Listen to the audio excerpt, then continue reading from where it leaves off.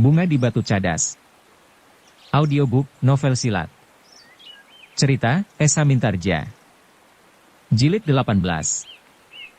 Semua orang yang melihatnya berpaling pula ke arah pandangan mata tukang satang itu. Tetapi mereka tidak melihat sesuatu. Baiklah, berkata tukang satang itu, aku akan pergi lebih dahulu. Tukang satang yang juga menyebut dirinya petani dari Sukawati itu pun kemudian meloncat ke atas rakit.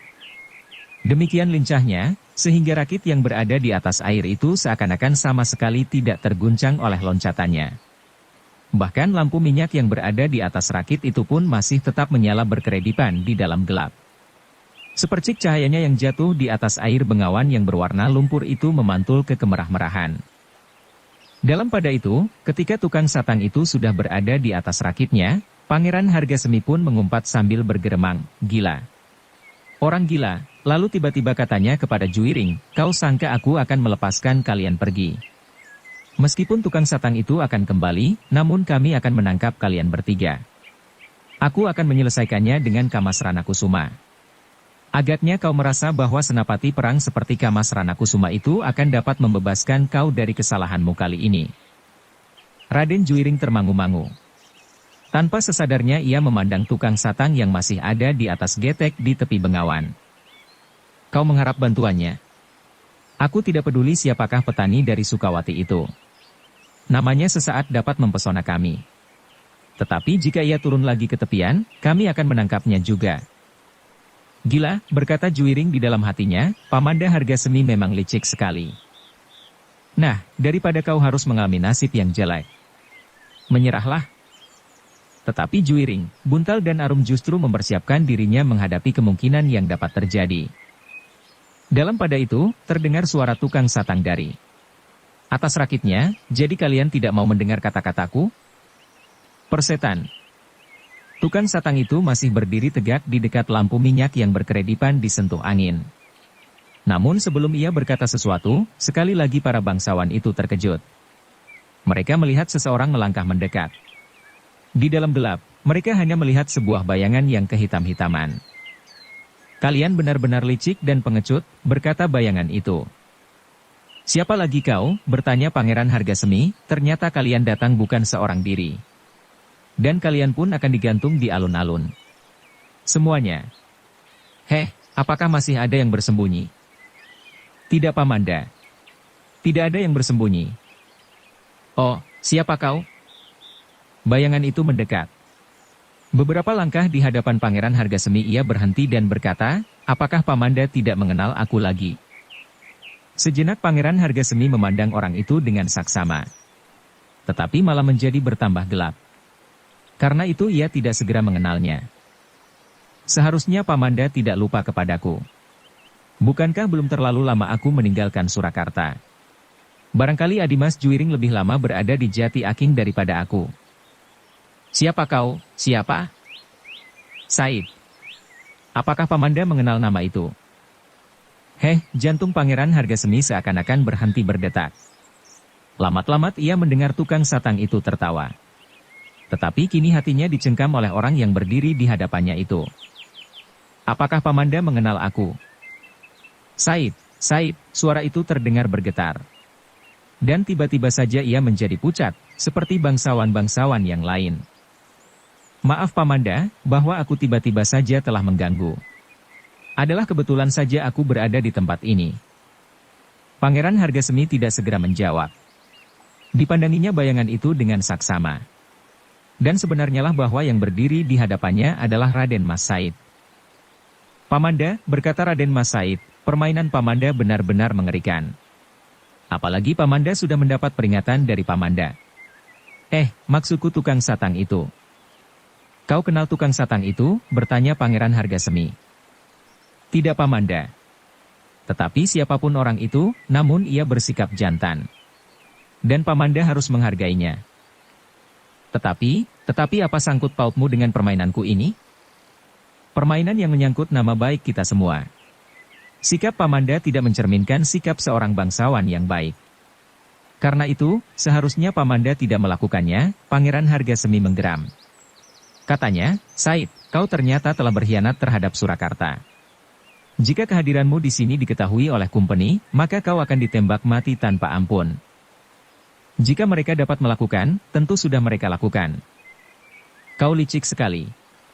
Tetapi bukankah kau sudah berjanji kepada Kamas Pangeran Mangkubumi untuk tidak membuat kerusuhan lagi? Ya. Aku sudah menyatakan kepada Pamanda Pangeran Mangkubumi. Pamanda Pangeran Mangkubumi adalah orang yang sempurna bagiku. Ia seorang yang menjunjung tinggi perikemanusiaan. Dari sudut itulah terutama pandangan Pangeran Mangkubumi, kenapa ia menghentikan pemberontakanku. Pangeran Mangkubumi melihat korban semakin berjatuhan di kedua belah pihak, sedang tujuanku rasa-rasanya masih sangat jauh. Tetapi sudah barang tentu bukan maksud Pamanda Mangkubumi menentang cita-citaku.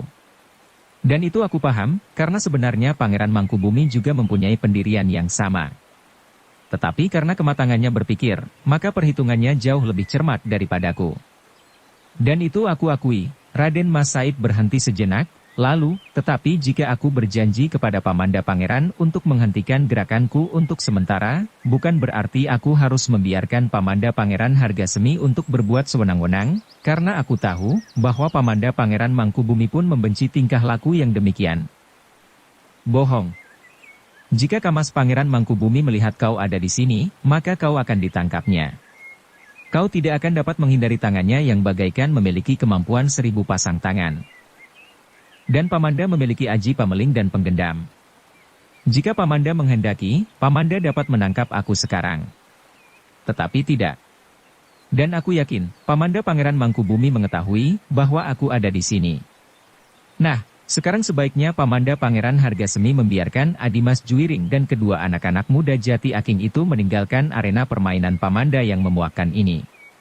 Berbeda dengan Pamanda Pangeran Mangkubumi, aku adalah seorang yang kasar dan barangkali Pamanda Pangeran Hargasemi akan menyebutku liar.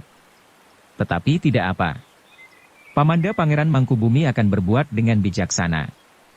Tetapi mungkin aku akan berbuat lain. Aku akan mematahkan lengan Pamanda Hargasemi dan barangkali melemparkan salah seorang dari Kamas atau Dimas yang ada di sini ke dalam bengawan. Ancaman itu benar-benar telah mendebarkan jantung. Pangeran Hargasemi yang merasa dirinya mumpuni itu pun tiba-tiba telah menjadi gemetar. Raden Mas Said memang dapat berbuat apa saja seperti yang dikatakan. Apalagi apabila di dalam gelapnya malam, di balik pepohonan di pinggir bengawan itu bersembunyi orang-orangnya. Meskipun menurut penglihatan sehari-hari Raden Mas Said sudah tidak berbuat apa-apa lagi, tetapi ternyata pada suatu saat ia masih mungkin melakukan suatu tindakan yang berbahaya. Pamanda Pangeran, berkata Raden Mas Said, aku tahu benar, siapakah Pamanda ini. Pamanda adalah sahabat Kumpeni yang paling baik. Karena itu, sebenarnya bagi aku, adalah cukup alasan untuk melemparkan Pamanda ke dalam bengawan. Tetapi sebaiknya aku mengingat pesan Pamanda Mangkubumi, bahwa masih dicari jalan yang lebih baik, untuk mengungkat harga diri kita sebagai bangsa di mata orang asing itu. Dan aku sebaiknya tidak berbuat sesuatu yang merugikan usaha Pamanda Pangeran Mangkubumi. Tetapi jika usaha itu gagal, Pangeran Mangkubumi yang berwatak air dan api itu, akan dapat bertindak dengan dahsyat sekali. Air adalah kebutuhan yang tidak dapat dipisahkan dari kehidupan manusia, demikian juga api. Tetapi jika air itu datang bagaikan banjir bandang, dan api menyambar bagaikan lidah langit yang menyala, maka manusia adalah makhluk yang sangat lemah menghadapinya. Kata-kata itu benar-benar telah melumpuhkan hati bangsawan-bangsawan muda yang ada di pinggir bengawan itu. Bahkan Pangeran Hargasemi pun sama sekali tidak berdaya menghadapi ancaman itu. Maka ia pun kemudian menundukkan kepalanya dengan lesu. Sudahlah Paman, berkata Raden Mas Said, aku tidak dapat terlalu lama berada di sini. Tetapi biarlah aku menyaksikan Adimas Juiring meninggalkan tempat ini bersama kedua anak-anak muda dari Jati Aking itu, lalu katanya kepada Juiring, tinggalkan tempat ini Adimas. Bawalah buntal dan arum bersamamu. Juiring mengerutkan keningnya.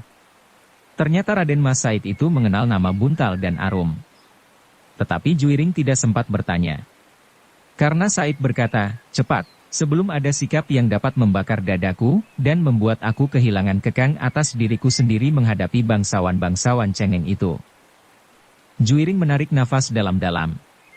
Lalu katanya, terima kasih Kamas. Aku minta diri. Kembalilah kepada Pamanda Ranakusuma. Katakan kepada Pamanda Ranakusuma, apa yang kau lihat di sini.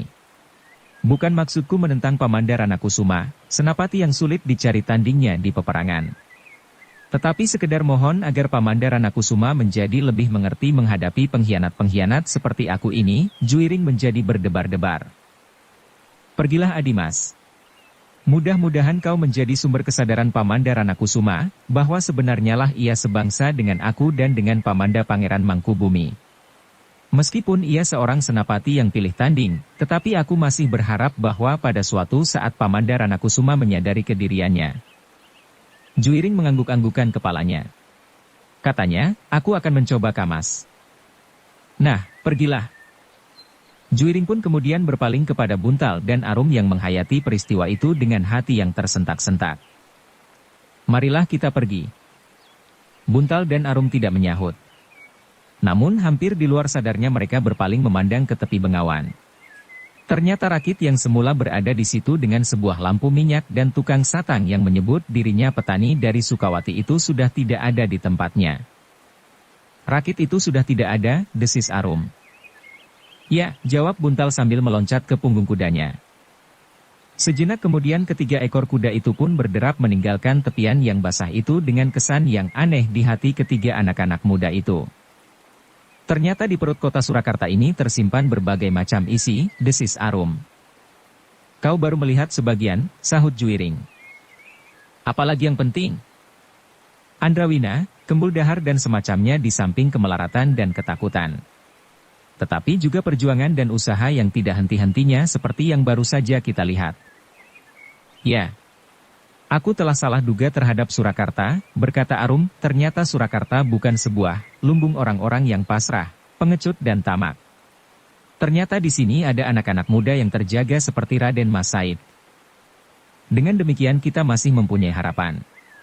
Juga terhadap petani dari Sukawati itu. Petani yang aneh, desis Buntal. Apakah keadaan semacam itulah yang dapat disebut seseorang mampu mencela putra Mandala Putri? Mungkin. Tetapi petani dari Sukawati itu memang menyimpan 1000 kemungkinan. Buntal mengangguk-anggukan kepalanya. Namun ia masih berdesis. Apa yang kita lihat sekarang atas petani dari Sukawati itu ternyata berlainan dengan yang pernah kita lihat sebelumnya, dan mungkin sekali akan berbeda dengan yang akan kita lihat kemudian. Tetapi orang-orang yang memiliki ketajaman pandangan akan dapat mengenalnya. Tentu Kamas Said dapat mengenalnya pula. Agaknya memang demikian. Tetapi apakah Pangeran Hargasemi tidak dapat mengenalnya?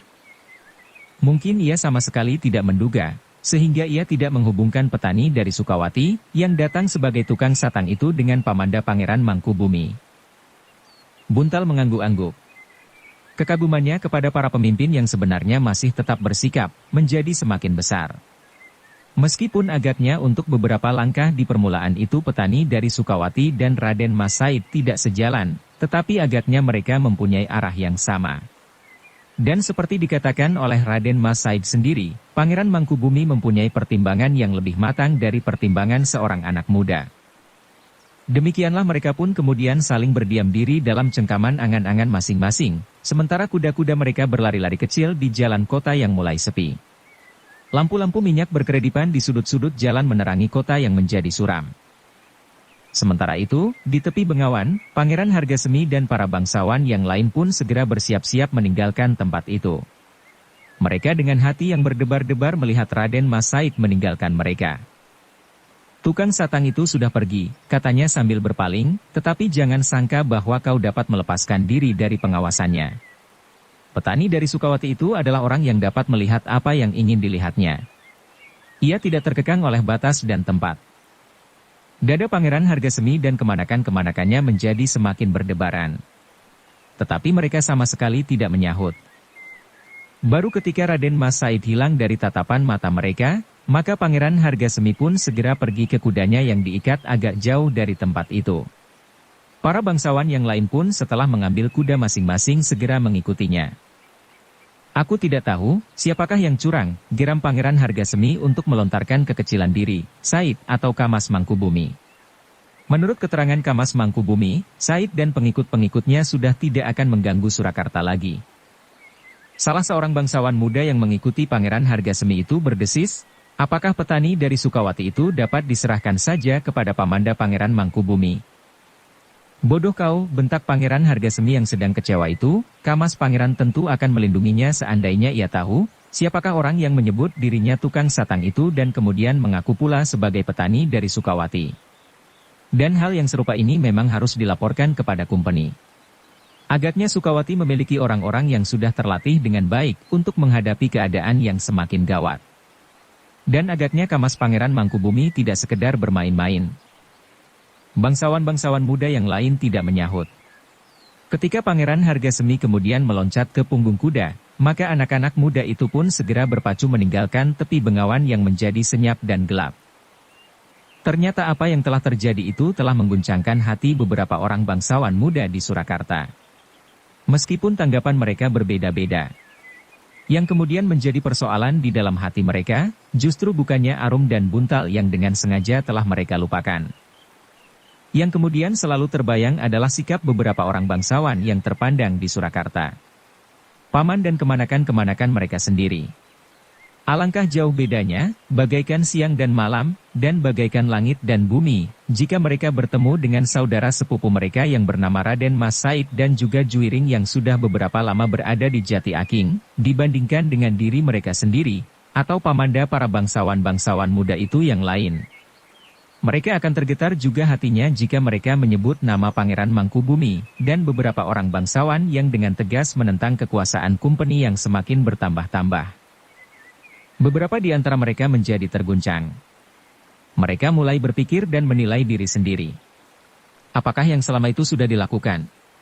Dan dengan susah payah mereka mencoba membayangkan sikap Juiring, meskipun ayahandanya, Pangeran Ranakusuma adalah seorang yang termasuk dekat dengan company, apalagi ibu tirinya, Ibu Raden Rudira. Lebih tajam lagi adalah sikap Raden Mas Said, yang sudah dengan tanpa tedeng aling-aling membuka medan peperangan melawan company. Dan lebih dari itu semuanya adalah sikap Pangeran Mangkubumi yang bagaikan air bengawan yang sangat dalam. Tegas, dan seakan-akan mengandung kekuatan tersembunyi yang sulit dijajaki, meskipun dilambari dengan kebijaksanaan yang matang. Namun justru kekuatan yang matang seperti kematangan sikap dan kebijaksanaannya itulah yang sangat berbahaya bagi kedudukan company di Surakarta. Bukan saja para bangsawan yang bersikap lemah menghadapi kehadiran orang asing itu karena berbagai macam alasan, mungkin karena harta benda yang melimpah, mungkin karena didorong oleh nafsu berkuasa dan pangkat, mungkin oleh keinginan yang lain lagi yang beribu macam itulah. Namun juga Raden Mas Said kadang-kadang menjadi bingung menghadapi sikap Pangeran Mangkubumi. Kadang-kadang Raden Mas Said yang muda itu tidak telaten menunggu, seakan-akan menunggu turunnya hujan di musim kering. Ketika pada suatu saat, Raden Mas Said tidak dapat menahan hati lagi, maka ia memerlukan dengan diam-diam menghadap Pamanda Pangeran Mangkubumi untuk mendapatkan penjelasan tentang sikapnya yang sulit dimengerti itu.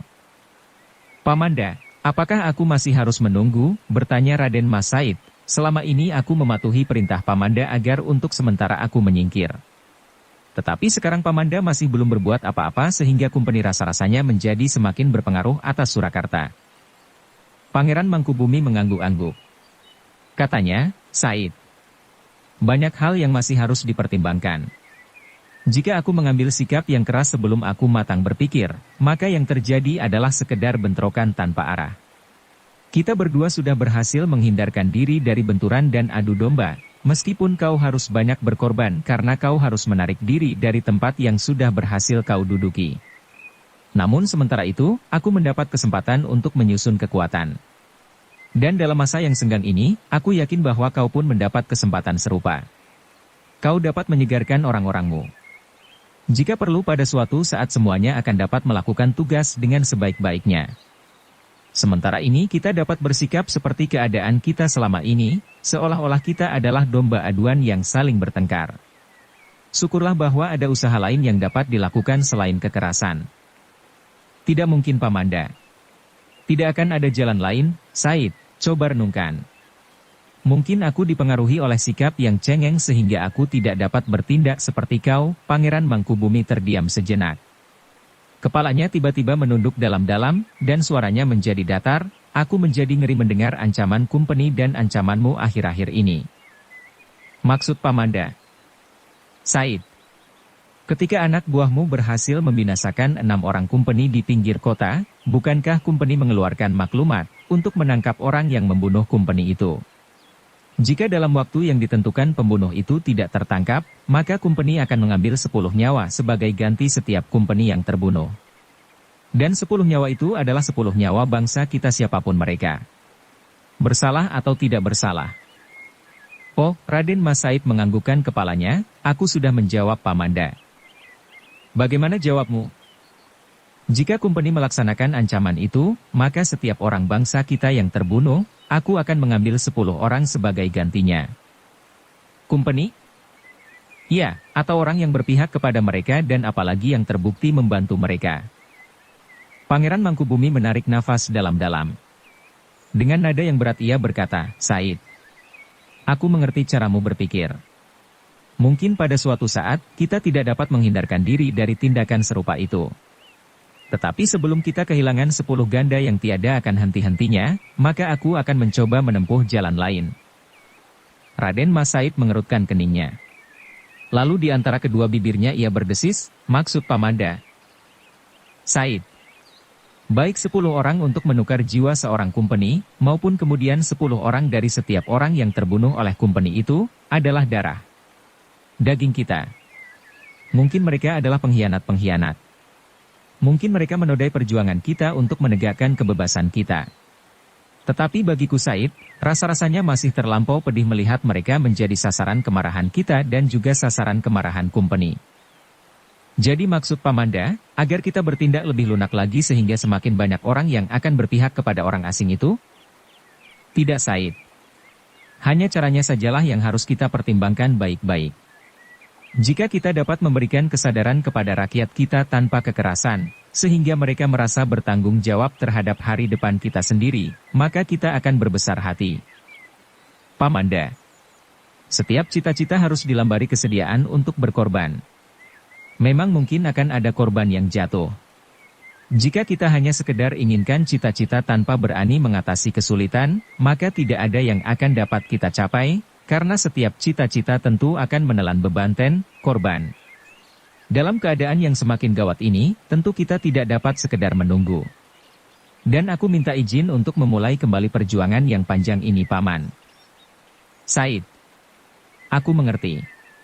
Jiwamu yang muda dan bergolak bagaikan api di kawah Gunung Merapi itu merupakan penggerak yang utama bagi kita. Tetapi aku minta waktu sedikit lagi. Mudah-mudahan aku berhasil, atau jika tidak, maka persiapan kita pun akan menjadi semakin matang. Jika kemudian terpaksa harus jatuh korban, apa boleh buat? Raden Mas Said menarik nafas dalam-dalam. Ia sebenarnya tidak sabar lagi menunggu. Tetapi Pangeran Mangkubumi adalah satu-satunya orang yang disegani di Surakarta karena itu, betapa hati menggelegak, namun ia masih tetap menahan diri. Ia masih harus bersembunyi dan menurut nasihat pamannya, agar ia tidak berbuat sesuatu. Setiap kali terngiang di telinganya, Said, jika aku berhasil memadamkan api yang kau nyalakan, maka aku akan mendapat banyak kesempatan mempersiapkan Sukawati. Kecurigaan terhadapku akan berkurang, dan aku dapat menuntut hak resmi atas tanah Sukawati itu. Bukan karena ketamakanku, bahwa aku mengorbankan cita-citamu sekedar untuk mendapat tanah kalenggahan yang luas. Tidak. Tetapi yang penting bahwa aku dan kau akan mendapat kesempatan menempa diri, itulah yang penting. Dengan persetujuan itu aku mendapat banyak kesempatan untuk berbuat sesuatu di Sukawati, dan kau sekarang tidak lagi mendapatkan banyak pengawasan. Karena kau menghentikan kegiatanmu, maka kumpeni agaknya menganggap bahwa apimu telah hampir padam. Raden Mas Said hanya menundukkan kepalanya saja. Marilah untuk sementara kita tetap dalam sikap kita. Kau pergunakan kesempatan ini untuk mempersiapkan pasukanmu yang tersebar. Sedang aku akan mempersiapkan orang-orangku. Jika kumpeni tidak mau menyadari keadaan, kita akan bergerak dengan kekerasan. Dan apa boleh buat? Namun sementara ini, aku adalah orang yang berhasil menghentikan kegiatanmu. Dan aku minta kau menerimanya dengan rela. Raden Mas Said tidak pernah dapat menolak sikap pamannya itu. Pamannya memang seorang yang mempertimbangkan perjuangan dari segala segi. Dan pamannya tidak sampai hati melihat korban berjatuhan dari hari ke hari dan semakin lama semakin berganda. Namun, setelah hal itu berlaku beberapa saat, ternyata kumpeni tidak juga merubah sikapnya. Setiap kali Kumpeni justru menunjukkan sikap angkuhnya dan seakan-akan bahwa bangsa yang berkulit putih itu mempunyai martabat yang lebih tinggi dari bangsa yang berkulit sawo. Dalam pada itu Pangeran Mangkubumi pun sadar, bahwa Raden Mas Said tentu akan semakin bersakit hati terhadap Kumpeni, namun dalam pada itu, Pangeran Mangkubumi yang melihat kemungkinan yang tipis untuk merubah keadaan tanpa kekerasan pun telah mempersiapkan diri sebaik-baiknya. Meskipun demikian, setiap kali Pangeran Mangkubumi masih diragukan oleh hubungan kakak beradik dengan Kanjeng Susuhunan Pakubuwana. Sebagai dua orang bersaudara, Pangeran Mangkubumi adalah adik yang dekat dari Kanjeng Susuhunan Pakubuwana. Tetapi dari sikap dan pandangan hidup, mereka semakin lama seakan-akan menjadi semakin jauh. Bersambung ke jilid 19. Dukung kami dengan subscribe, follow, like, komen dan share. Terima kasih.